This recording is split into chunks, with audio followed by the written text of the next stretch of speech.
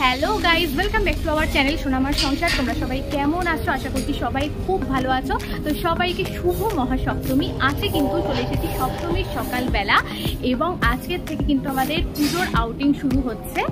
তো তোমাদের কিন্তু পুরো ব্লগটা শেয়ার করবো, যেখানে যেখানে ঠাকুর দেখতে যাবো সেগুলো সমস্তটাই শেয়ার করবো। তো পুরো ব্লগটা সবাই সঙ্গে থেকো। তার আগে বলে দিই, যারা আজকে আমার চ্যানেলে নতুন এসেছো তারা অবশ্যই চ্যানেলটি সাবস্ক্রাইব করে নিও এবং পাশে থাকা যে ছোট্ট বেল আইকনটা আছে সেটা প্রেস করে নিও। তো চলো পুরো ব্লগটা তোমাদের সাথে শেয়ার করছি। তো এখন আমরা বেরিয়ে গেছি, এখন আমরা শ্রীভূমির দিক যাব। তো বাকিটা ব্লগ তোমাদের ওখানে শেয়ার করব। তো যাদের সাথে দেখা করার দরকার মোটামুটি দেখা হয়ে গেছে। তো চলো, আমরা শ্রীভূমিতে কিন্তু পৌঁছেই গেছি। এখন আমরা একদম সাবওয়ে দিয়ে ঢুকে গেছি। আমরা যদি শ্রীভূমিতে পুজোর সময় যাই তাহলে কিন্তু আমাদের ঠাকুর দেখার জন্য শ্রীভূমির আগের স্টপেজ বা পরের স্টপেজে নামতে হবে, কারণ শ্রীভূমি যে বাস স্টপ সেটাতে কিন্তু দাঁড়াবে না বাস। তো এখন আমরা সাবওয়ের মধ্যে দিয়ে যে শ্রীভূমি পূজা প্যান্ডেলের যে একদম এখানে ডিরেকশান সব জায়গায় দেওয়া রয়েছে, তো যেতে কারোরই অসুবিধা হবে না। তো ওখান থেকে আমরা এরকম এক্সকালেটারে কিন্তু এবার সাবওয়ে দিয়ে বেরিয়ে যাব এবং অবশ্যই তোমরা সকলেই কিন্তু সাবওয়েটা ইউজ করবে, কারণ এখানে কিন্তু রাস্তা দিয়ে পার হওয়া যাবে না। তো তোমরা সাবওয়েটাই ইউজ করবে, তাতে তোমাদের যেতে সুবিধা হবে। তো আমরা এখন সাবওয়ে দিয়ে বেরিয়ে গেছি। তো এই যে শ্রীভূমির একদম এন্ট্রি ওই জায়গাটা, তো এখন আমরা যাব। তার আগে আমাদের এতটা গরমের মধ্যে আমরা গেছি, যদিও আকাশ অনেকটা মেঘলা মেঘলা ছিল, তো একটু গলা ভিজিয়ে নেওয়ার পালা। তো দেখতেই পাচ্ছ আমরা কিন্তু একদম এই ক্লক টাওয়ারের নিচেই দাঁড়িয়ে রয়েছি। এখান থেকেই কিন্তু শ্রীভূমির যে এন্ট্রান্সটা, তো আমরা আপাতত একটু গলাটা ভিজিয়ে নিয়ে তারপর যাব।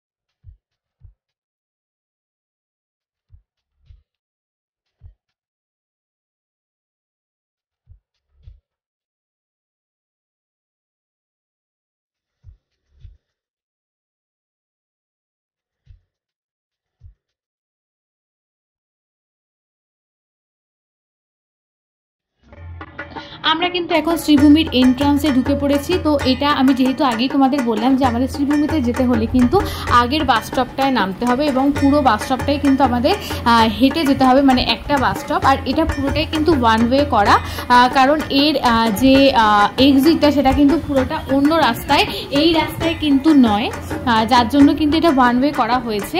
আর এছাড়া এখন বাজে সবে দুপুর 2টো, যার জন্য অনেকটা ফাঁকা রয়েছে। আর যত রাত হবে তত তো ভিড় বাড়বে, তোমরা জানোই।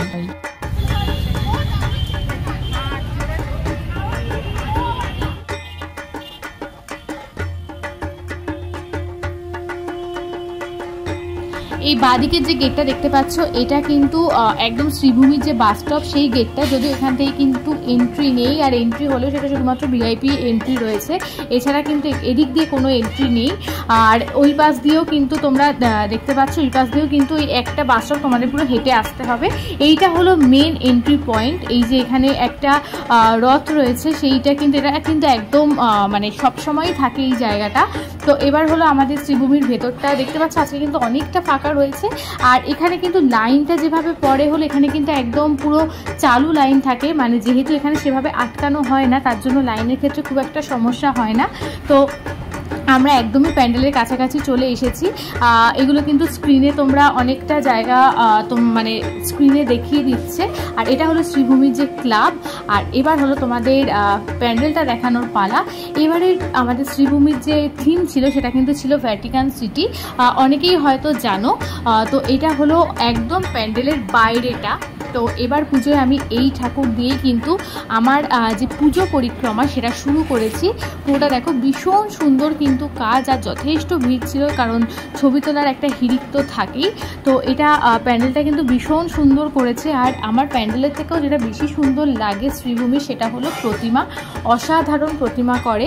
এবং জানোই তোমরা যে প্রতিমার গায়ের গয়নাটাও যেহেতু সেনকো গোল্ড থেকে স্পন্সর করা হয়, তো সেগুলো তোমাদের দেখানোর চেষ্টা করব।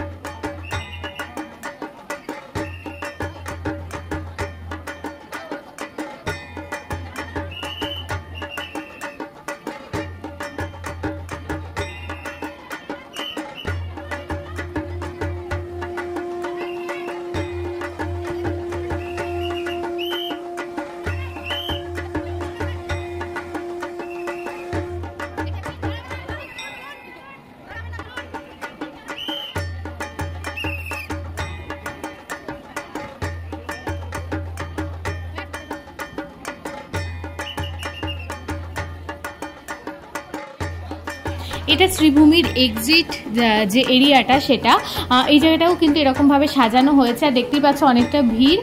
আর এর যে এক্সিট এরিয়া সেটা কিন্তু একদমই অন্য দিকে বেরিয়েছে, যেহেতু ঢোকার যে জায়গাটা সেটা কিন্তু পুরোটাই ওয়ান ওয়েতে ছিল। তো এটা কিন্তু তোমাদের একদম ভেতর দিয়ে বার করে যে ক্লক টাওয়ারটা দেখলে সেখান দিয়ে কিন্তু এই জায়গাটা বেরোবে। তো সেই অনুযায়ী আবার তোমরা যে শ্রীভূমির এন্ট্রি পয়েন্ট সেই জায়গাটাই কিন্তু ফিরে যাবে। তো তার আগে এখানে আমার মোস্ট ফেভারিট যেটা সেটা হলো এই মালাই কুলফি, যেটা আমি কোথাও পেলে খাই, কারণ এই জায়গাটা এই মালাই কুলফিটা আমি ভীষণ ভালো খাই। তো সেটা খাওয়ার পালা।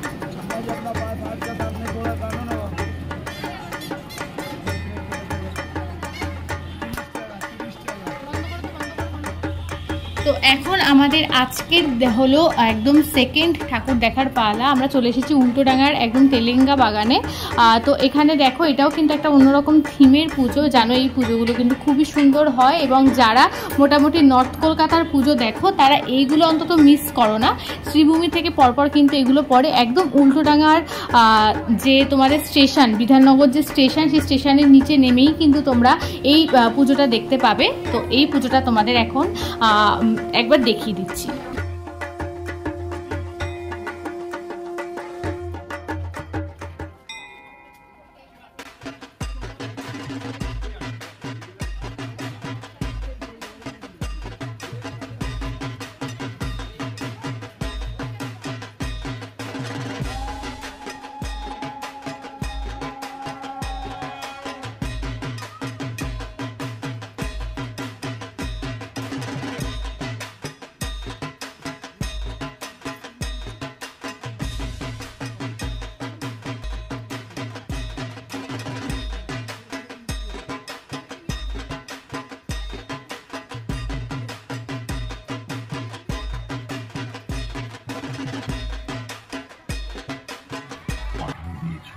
তো এবার পালা আমাদের আজকে 3 নম্বর ঠাকুর দেখা, সেটা হলো করবাগানের ঠাকুর দেখা।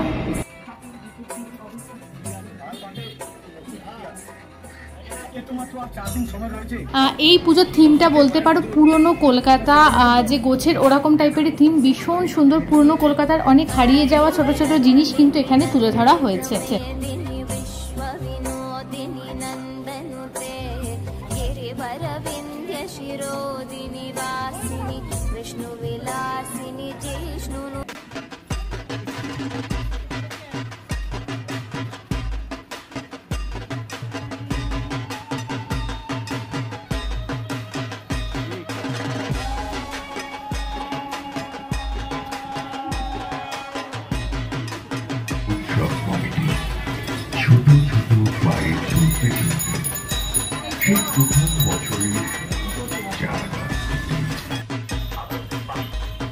এবার আমাদের আজকে 4 নম্বর ঠাকুর দেখার পালা। এবার কিন্তু আমরা দেখতে যাচ্ছি উল্টোডাঙ্গা পল্লীশ্রীর পুজো।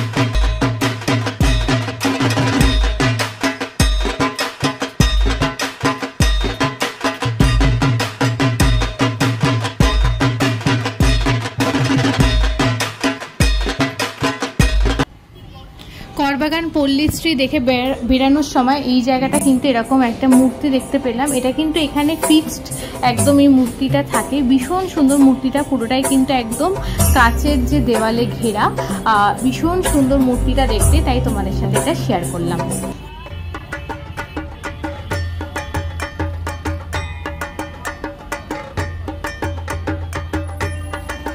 এখন আমরা দাঁড়িয়ে আছি ঠিক গীতাঞ্জলি ঘড়ির অপোজিটে।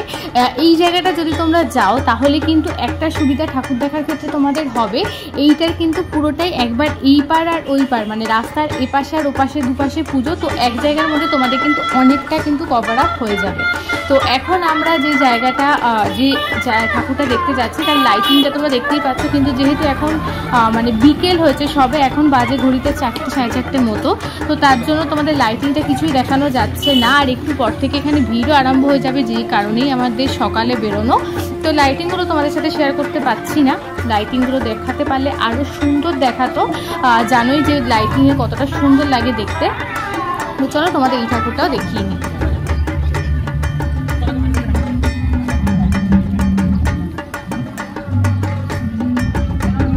এই প্যান্ডেলের থিমটা আশা করছি তোমরা বুঝতেই পারছো। এই প্যান্ডেলটা কিন্তু পুরোটাই কে স্মরণ করে করা হয়েছে। এটা কিন্তু পুরোটা নজরুল মঞ্চের আদলে করা হয়েছে। এই প্যান্ডেলে একটা চমক যেটা রয়েছে সেটা একটু পরেই তোমাদের আমি দেখাবো।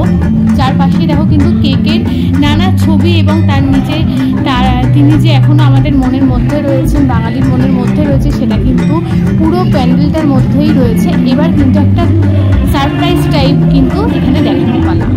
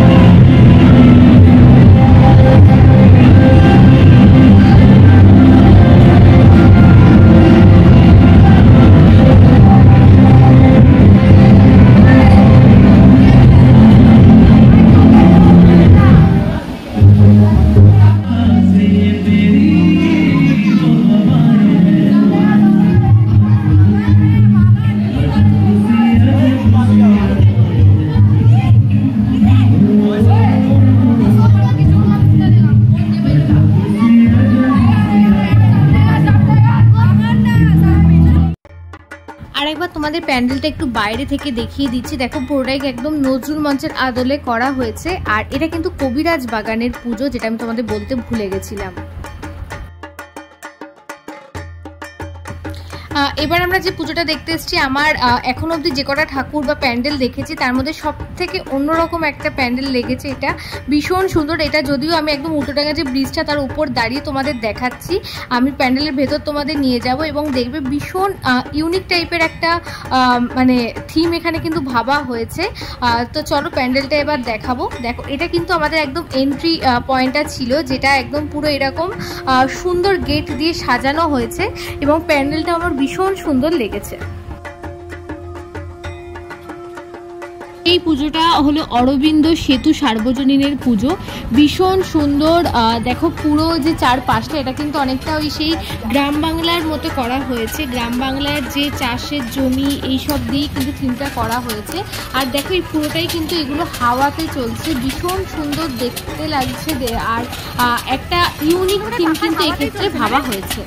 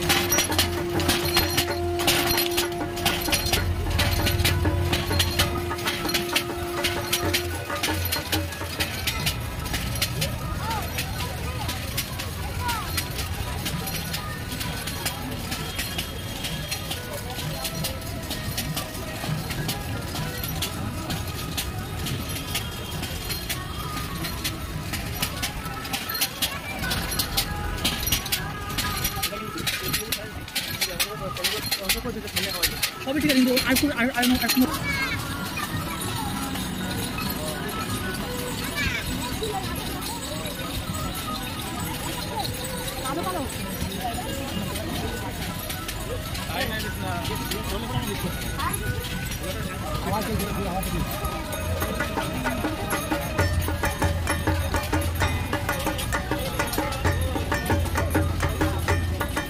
পুরো মণ্ডপটাই কিন্তু দেখো সাজানো হয়েছে। এই পাশে এগুলো কিন্তু সমস্ত এগুলো চালের বস্তা, এবং যে চালটা দেখতে পাচ্ছ ওপরে সেটা পুরোটাই কিন্তু শাল পাতা দিয়ে একদম ডেকোরেট করা হয়েছে। আর এইগুলো কিন্তু সমস্তটাই ধান গাছ। ভীষণ সুন্দর লেগেছে আমার এই থিমটা। আর ওপরটা এত সুন্দর লাগছে, যেগুলো শাল পাতা এত সুন্দর করে ওপরটাতে ইউজ করা হয়েছে। আর প্রতিমা সম্পর্কে তো আলাদা করে কিছু বলারই নেই, ভীষণ সুন্দর এই থিমটা।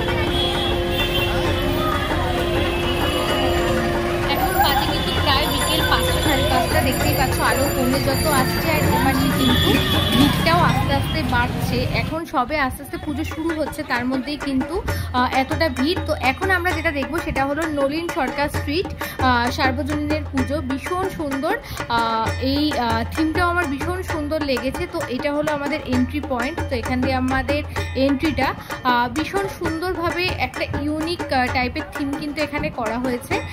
তো মণ্ডপটার বাইরেটা কিন্তু পুরোটাই এরকম। এবার দেখতেই পাচ্ছ যথেষ্ট ভিড় রয়েছে, যেহেতু এখানে এখনো লাইন সেভাবে পড়েনি, যেহেতু ছাড়া রয়েছে লাইন, সেজন্য লাইনটা পড়ছে না। তো আমার থিমটা কিন্তু খুব ভালো লেগেছে। আর এর মূর্তিটাও কিন্তু খুবই সুন্দর। এই মূর্তিটা সম্বন্ধে আমার আরও কিছু বলার রয়েছে, যেটা আমি মূর্তিটা আগে তোমাদের দেখিয়ে নিই, তারপর আমি বাকিটা বলছি।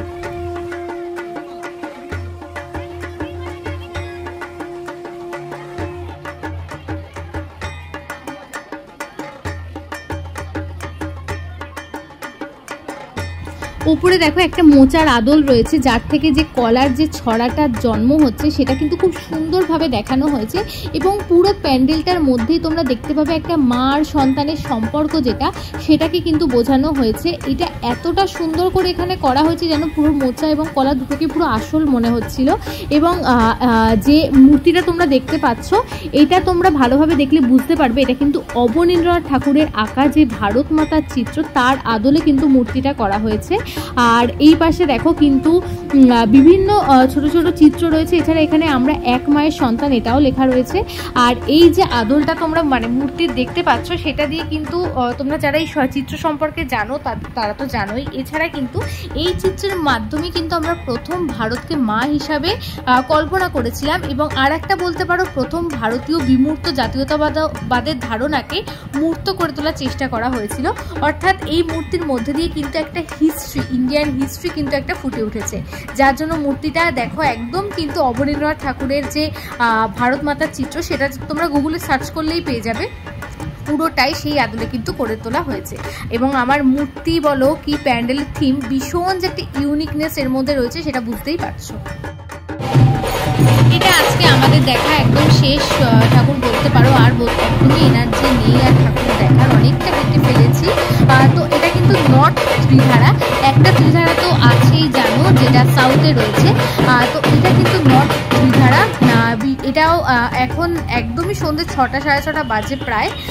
তো এটাও একদম থিমের পুজোর মধ্যেই রয়েছে। এবং এই সামনে যে শিবের একটা দেখো অনেকটা 3D টাইপের রয়েছে কিন্তু এই মূর্তিটা, ভীষণ সুন্দর কিন্তু এই মূর্তিটা রয়েছে। এবং এর যে থিমটা করা হয়েছে এটাও কিন্তু খুব ইউনিক এবং সুন্দরের মধ্যে করা হয়েছে। কিন্তু এই পুজোটা কিন্তু বেশ ছোট্টর মধ্যে খুব সুন্দর।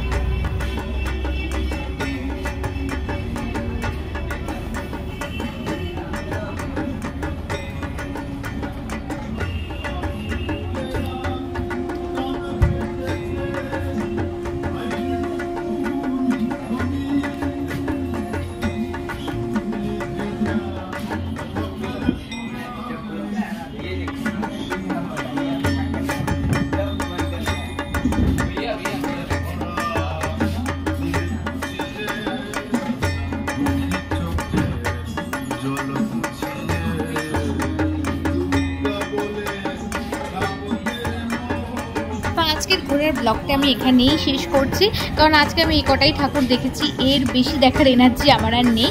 তো যারা আজকে আমার চ্যানেলে নতুন এসেছো তারা অবশ্যই চ্যানেলটি সাবস্ক্রাইব করে দিও এবং পাশে থাকা যে ছোট্ট বেল আইকনটা আছে সেটা প্রেস করে দিও। আর আমার এই ভিডিওটা কেমন লাগলো সেটা অবশ্যই কিন্তু কমেন্ট করে জানাতে ভুলো না। আর ভালো লাগলে অবশ্যই একটা লাইক করে দিও। সবাই খুব ভালোভাবে পুজো কাটাও এবং পুজোর প্রত্যেকটা দিন যেন তোমাদের খুব ভালোভাবে কাটে এবং সবাইকে আগাম শুভ বিজয়ার শুভেচ্ছা। সবাই খুব ভালো থেকো। আবার খুব শিগগিরই আর একটা নতুন ভিডিও নিয়ে তোমাদের সাথে দেখা হচ্ছে। ততক্ষণ সবাই খুব ভালো থেকো। টাটা।